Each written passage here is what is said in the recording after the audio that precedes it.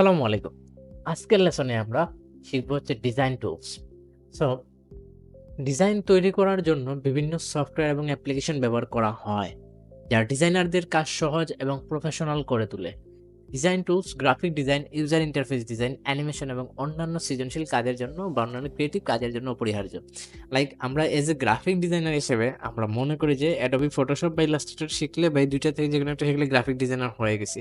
আসলে পূর্ণাঙ্গ যদি আপনি গ্রাফিক ডিজাইন বলেন বা গ্রাফিক ডিজাইনার হিসেবে মেনশন করেন, তখন কিন্তু আপনাকে অনেক ব্রড লেভেলের নলেজ নিয়ে আগাইতে হবে এবং অনেকগুলো মাল্টিপল সফটওয়্যার আপনাকে শিখতে হবে। রাইট? আপনি যখন প্রিন্ট ডিজাইন করতেছেন, দ্যাট মিনস আপনি একজন প্রিন্ট ডিজাইনার। আপনি যখন ব্র্যান্ড ডিজাইন নিয়ে শুধু কাজ করছেন, তখন আপনি ব্র্যান্ড ডিজাইনার।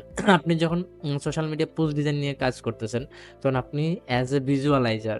সো আপনাকে বুঝতে হবে অ্যাজ এ গ্রাফিক ডিজাইনার কোনটা, ভিজুয়ালাইজার কোনটা, ব্র্যান্ড ডিজাইনার কোনটা, আর প্রিন্ট ডিজাইনার, ওয়েব ডিজাইনার কোনটা। মানে প্রত্যেকটা ক্যাটেগরি আলাদা। সো আজকে আমি এই ডিজাইন টুলস গুলো নিয়ে আপনাদের সাথে আলোচনা করব বা আমি বিস্তারিত বলবো আপনাদেরকে। যেমন এখানে Photoshop আছে, Illustrator, Canva, InDesign, Figma, After Effects আছে, Premiere Pro আছে এবং Blender। এছাড়া এর বাহিরে আরো অনেক সফটওয়্যার আছে। এগুলো হচ্ছে বাংলাদেশে অনেক বেশি ফেমাস, যেগুলো নিয়ে আমি এখন এক্সপ্লেইন করব। সো ফার্স্ট অফ অল আমাদের Adobe Photoshop। So Adobe Photoshop কি বলা হয়েছে দেখেন। Adobe Photoshop একটি জনপ্রিয় এবং শক্তিশালী বা অনেক পাওয়ারফুল একটা গ্রাফিক ডিজাইন এবং ফটো এডিটিং সফটওয়্যার। মানে এটা আমরা গ্রাফিক ডিজাইনের যেকোনো কাজ করতে পারি এবং ফটো এডিটিং এর জন্য Photoshop হচ্ছে বেস্ট অফ বেস্ট। এটি মূলত digital image manipulation, photo retouching এবং গ্রাফিক ডিজাইন তৈরির জন্য ব্যবহৃত হয়। মূলত Photoshop বেসিক্যালি আমরা ম্যানিপুলেশন, ফটো রিটাচিং এবং যে অন্যান্য যে ডিজাইন, ওই ডিজাইনগুলোর জন্য সবথেকে বেশি ইউজ করে থাকি। তারপর প্রফেশনাল থেকে শুরু করে বা পেশাদার থেকে শুরু করে শিক্ষানিবেশ পর্যন্ত সবাই এটি ব্যবহার করতে পারে।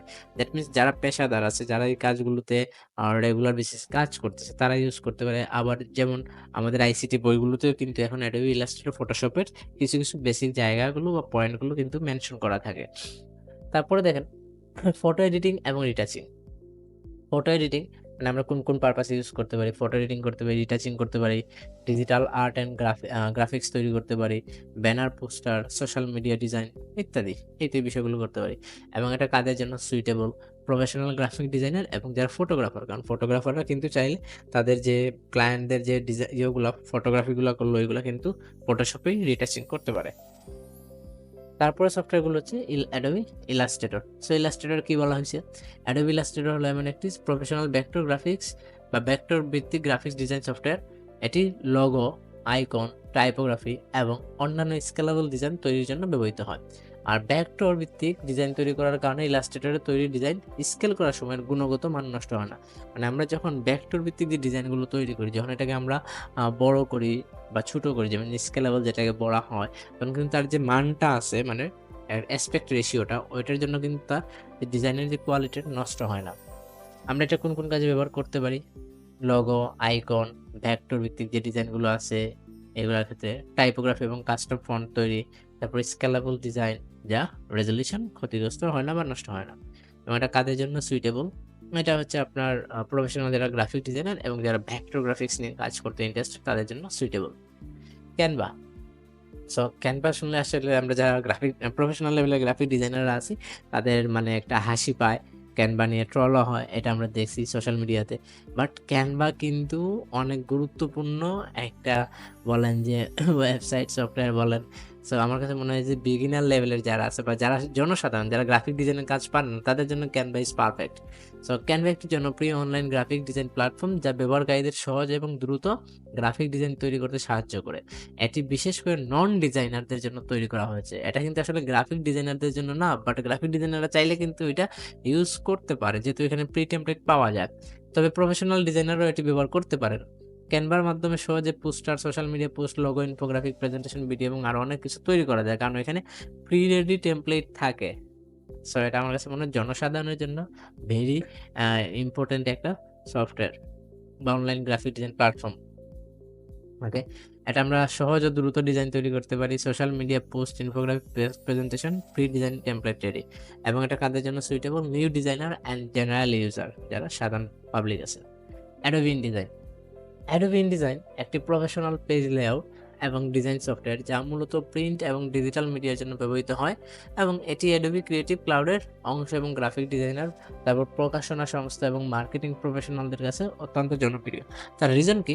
তার রিজন হচ্ছে বড় বড় যে কাজগুলো করা হয় লাইক ম্যাগাজিন, সেটা হইতে পারে 20 পেজের, 70 পেজের, 80 পেজের ব্রোশিয়ার ডিজাইন যেগুলো আছে, ওইগুলো যদি মনে করেন 25 পেজ, 26 পেজে করা হয়, বা তারপর মাল্টিপল লেআউট যদি করা হয়, বা প্রিন্ট এবং পাবলিশিং ইয়ের জন্য যে বড় বড় জায়ান্ট কোম্পানিগুলোর জন্য করা হয়, যে বুক, ম্যাগাজিন, এগুলো সব কিন্তু ইনডিজাইনে করা হয়। কারণ ইনডিজাইনের এই ডিজাইনগুলো করার জন্য বা এই টপিকগুলো নিয়ে কাজ করার জন্য পারফেক্ট এবং সুইটেবল।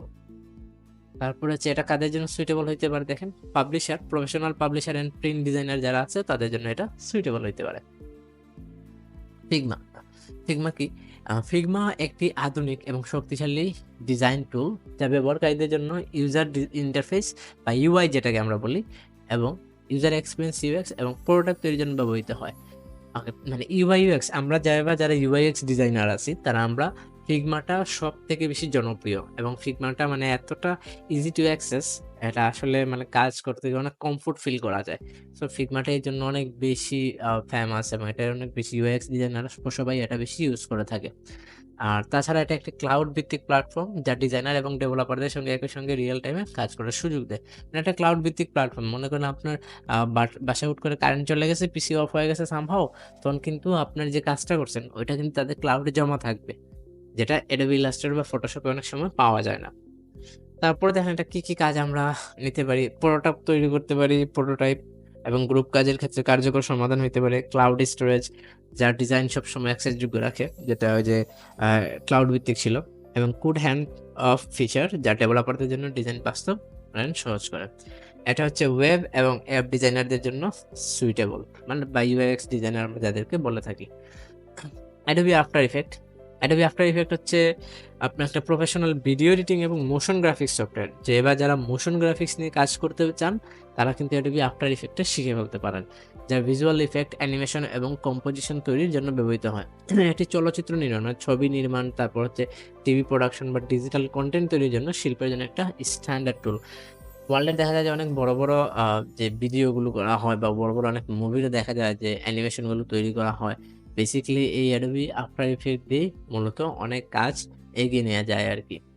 তারপর হচ্ছে এখানে কি করতে পারি আমরা, টেক্সট অ্যানিমেশন, লোগো রিভিল এবং গ্রাফিক্স মোশন তৈরি করা যায়। সিনেমার বিএফএক্স, টিভি শো এবং ওয়েব সিরিজ ভিজুয়াল ইফেক্ট তৈরি।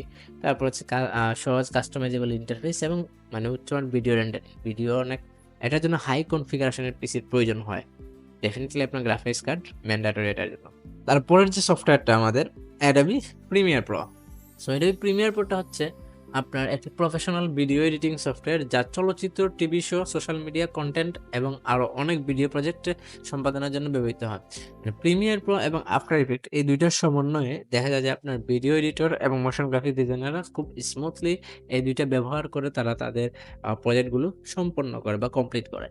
সো একাধিক ক্যামেরা অ্যাঙ্গেল এবং মাল্টিলেয়ার টাইমলাইনের মাধ্যমে সহজে ভিডিও এডিটিং করা যায়, বা ভিডিও এডিটিং এর জন্য মানে সবথেকে ফেমাস হচ্ছে প্রিমিয়ার প্রো, বাট আমরা চাইলে আফটার ইফেক্ট দিয়েও কিন্তু দুইটা টাচ হিসেবে নিয়ে করতে পারি। তারপর বিভিন্ন ফরম্যাটের ভিডিও ফাইল সরাসরি ইনপুট এবং এক্সপোর্টের সুবিধা। তারপর হচ্ছে যে music video, cinema, TV show ইত্যাদি কন্টেন্টের বিজ্ঞাপন তৈরিতে প্রিমিয়ার প্রো আমরা ইউজ করে থাকি। ওকে, এটা সুইটেবল হচ্ছে ভিডিও এডিটর এবং ডিজাইনারদের জন্য। এর পরবর্তীতে ফাইনাল যে আমাদের সফটওয়্যারটা নিয়ে আমরা কথা বলছি সেটা হচ্ছে ব্লেন্ডার। সো ব্লেন্ডার একটি ওপেন সোর্স এবং free 3D computer graphics software যা 3D modelling, animation, rendering, VFX, video editing আরও অনেক কাজের জন্য ব্যবহৃত হয়। এটি ডেভেলপার এবং 3D এনথুসিয়াস্টদের জন্য অত্যন্ত জনপ্রিয়। 3D মডেল, এটা দিয়ে আমরা কি করতে পারি, ব্লেন্ডার দিয়ে আর কি 3D যে অ্যানিমেশন, 3D মডেল, অ্যাসেট তৈরি, তারপর রিয়েল টাইম ইন্টারাকশন ডিজাইন করা যায়। প্রোডাক্ট ডিজাইন আমরা করতে পারি, VFX, 3D animated movie, short film এবং ভিডিও গেম পর্যন্ত আমরা এটা দিয়ে তৈরি করতে পারি, বাট এটার জন্য অনেক হাই কনফিগারেশন পিসির প্রয়োজন পড়ে। গ্রাফিক্স কার্ড অবশ্যই এটার জন্য আপনার প্রয়োজন পড়বে।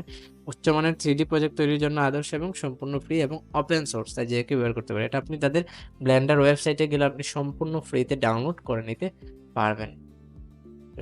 এই ছিল আমাদের যে ডিজাইন টুলস, যে প্রত্যেকটা ডিজাইন টুলসগুলো কিভাবে কাজ করে এবং কোন কাজের জন্য কোনটা ব্যবহৃত হয় সবগুলাই আমি এক্সপ্লেইন করলাম। এটা যে আমরা গ্রাফিক ডিজাইন বা ভিজুয়াল ডিজাইনাররা যেন ইউজ করতে পারি, জনসাধারণ এটা ইউজ করতে পারি। এটা হচ্ছে পাবলিশাররা ইউজ করতে পারি।